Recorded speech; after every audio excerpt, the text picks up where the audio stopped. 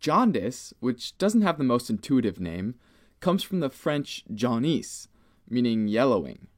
It's also sometimes referred to as icterus, though, the origin of which is even less intuitive, coming from the thought that jaundice could once be cured by looking at a yellow bird. Well, the more you know, right? Anyways, as you've probably gathered, jaundice involves someone taking on yellow pigments, specifically in the skin and eyes. The yellowing pigment is caused by a compound called bilirubin, a component of bile and the main cause of bruises being yellow, and, after its metabolism, the yellowness of urine and brownness of feces. So since bilirubin's our main culprit of yellowness, it's super important to know where it comes from.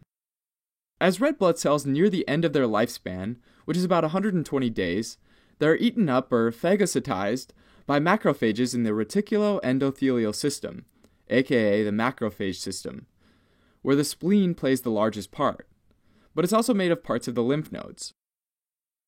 Okay, so first the macrophage eats up the blood cell, and hemoglobin is broken up into heme and globin.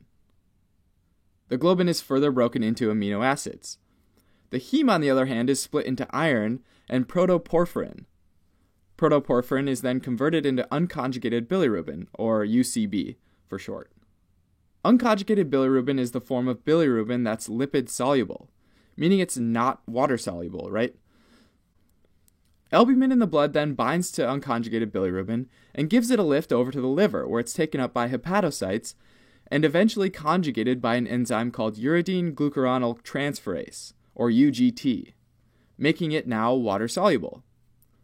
At this point, the conjugated bilirubin is secreted out into the bile caniculi, where it drains into the bile ducts and is sent to the gallbladder for storage as bile. Now, when you eat a donut or something, your gallbladder secretes the bile, which has the conjugated bilirubin in it, and it moves through the common bile duct to the duodenum of the small intestine and is converted into urobilinogen, or UBG, by intestinal microbes in the gut. Now some of that urobilinogen is reduced to stercobilin, which is excreted and responsible for the brown color of feces.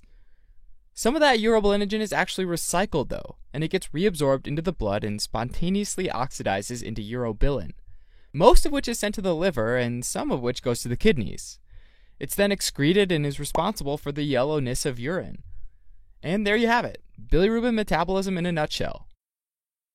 Now, if some point in this process gets disrupted, for example, if your liver cells are damaged and can't conjugate bilirubin anymore, or maybe if they die off and release their bilirubin, you can end up with increased bilirubin in the blood, which can be either conjugated or unconjugated, or both. And this is what accounts for the yellow color in the skin and the eyes. Usually it takes about 2.5 milligrams per deciliter or greater of serum bilirubin to give the skin that Simpsons-esque yellow skin tone. The earliest sign of jaundice and increased bilirubin in the blood is this yellowing of the sclera of the eyes. Scleral tissue is high in elastin, which has particular fondness for bilirubin and binds it with a very high affinity, giving that scleral tissue in the eyes a yellow color often before the skin.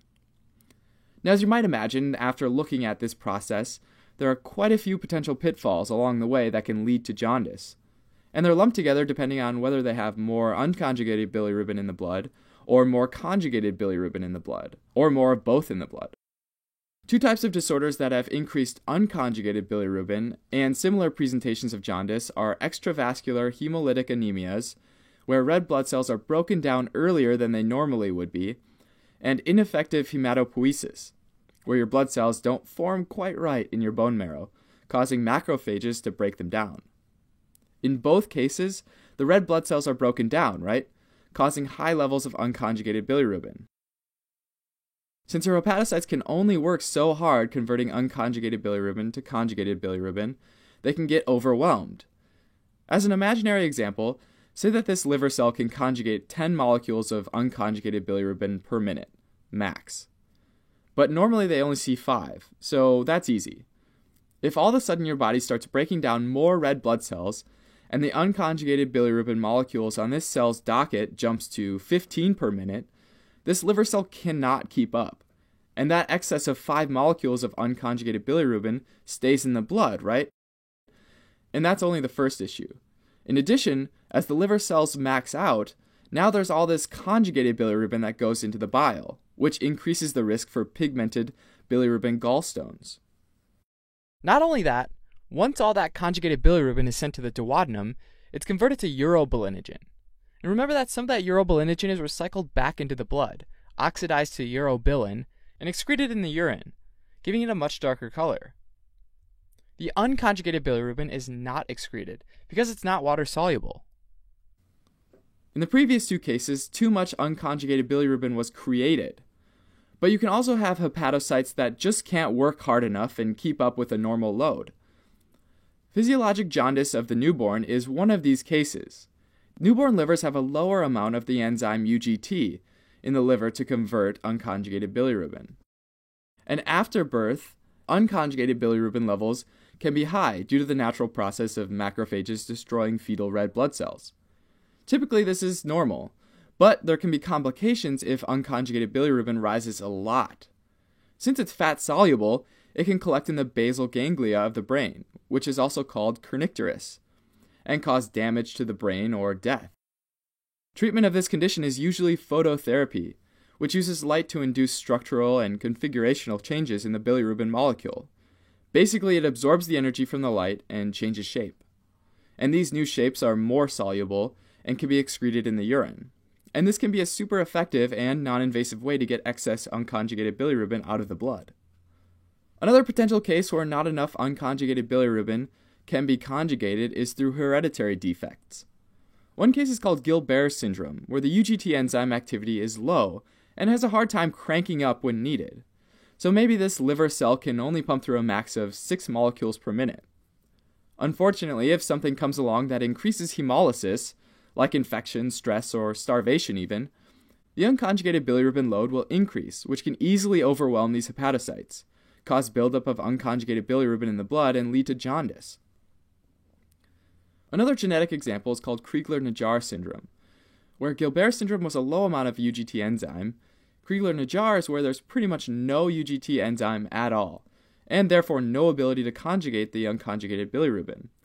And this will lead to super high levels of unconjugated bilirubin in the blood, and likely lead it to being deposited in the brain and cause kernicterus. For this reason, Crigler-Najjar syndrome is usually fatal. Alright, so the previous couple examples focused on high levels of unconjugated bilirubin in the blood, but there are also examples of jaundice with high levels of conjugated bilirubin in the blood. Dubin-Johnson syndrome is an autosomal recessive disorder where there's a deficiency in the protein that helps move conjugated bilirubin from the liver cells to the bile ducts, called MRP2. So the conjugated bilirubin builds up in the hepatocyte since it can't go anywhere. It's thought that when the MRP2 transporter is defective, another transporter, MRP3, is upregulated. This transporter is different, though, in that it moves it to the interstitial space and the blood flow, as opposed to the bile caniculus. So in this case, you'll have increased conjugated bilirubin in the blood, which also gets excreted into the urine, giving it a darker color. And this also causes the liver itself to get very dark. Another high conjugated bilirubin category of jaundice is called obstructive jaundice. And this is basically where something blocks the flow of bile. And these blockages could be anything from gallstones, pancreatic carcinomas, and cholangiocarcinomas to parasites like the liver fluke. Remember that bile is made up of conjugated bilirubin, and this blockage basically causes pressures to rise in the bile ducts, which literally causes bile to leak through the tight junctions between hepatocytes that line the walls of the bile ducts.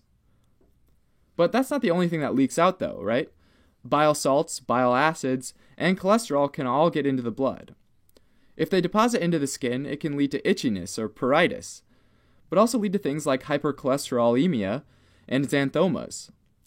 That excess conjugated bilirubin is excreted in the urine since it's water-soluble, which again leads to dark urine. Also, since you're losing a lot of bile, you won't be able to absorb fat as well, which, 1, causes you to excrete a ton of fat, a condition called steatorrhea, and 2, causes you to not be able to absorb as many fat-soluble vitamins as you need. Finally, viral hepatitis leads to both conjugated and unconjugated bilirubin in the blood.